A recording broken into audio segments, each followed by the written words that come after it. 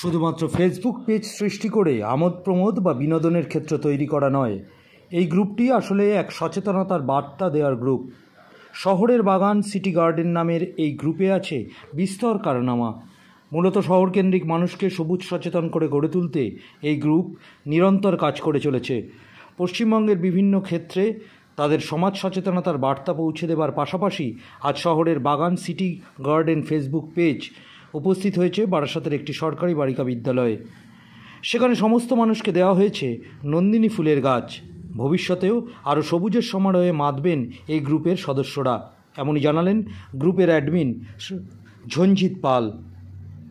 দেখুন, আজকে শহরের মধ্যে এত পরিমাণে বৃক্ষছেদন হচ্ছে যে আজকে পরিবেশের তাপমাত্রা যেভাবে বৃদ্ধি পেয়ে যাচ্ছে সেটা আমরা মোটামুটি সকলেই দেখতে পাচ্ছি।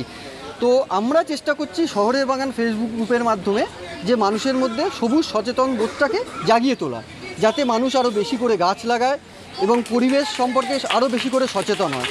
তো আমরা এই রকম প্রোগ্রাম প্রতি মাসে একটা দুটো করে থাকি আমাদের গ্রুপের মাধ্যমে। আজকে আমাদের গ্রুপের মাধ্যমে নন্দিনী ফুলের গাছ দেওয়া হচ্ছে। এর আগে আমরা বালি, ব্যান্ডেল, শিয়ালদা এরকম বিভিন্ন জায়গাতে পদ্ম, শাপলা, আমরা এর আগে হয়া অর্কিড দিয়েছি, হাইব্রিড রেন লিলি দিয়েছি, যেইগুলো হচ্ছিল বাজারে এখন সবথেকে দামি এক ধরনের গাছ। তো এই ধরনের গাছগুলো মানুষকে দিয়ে আমরা চেষ্টা করছি মানুষের মধ্যে একটা সবুজ সচেতনতা বোধটাকে বৃদ্ধি করা, যাতে মানুষ আরও বেশি করে গাছ লাগায়।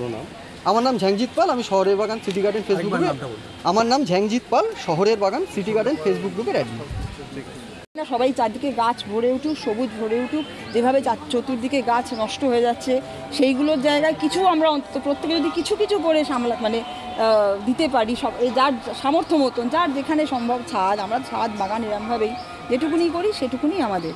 আর আমরা সবাই মিলে একসঙ্গে প্রচেষ্টা, না এটা আমাদের সব বিভিন্ন দূর দূরান্ত, কেউ বেগমপুর থেকে এসছে, কেউ বহরমপুর থেকে এসছে, সবাই আসে এই গাছের জন্যই আসে। আমার নাম সুতপা।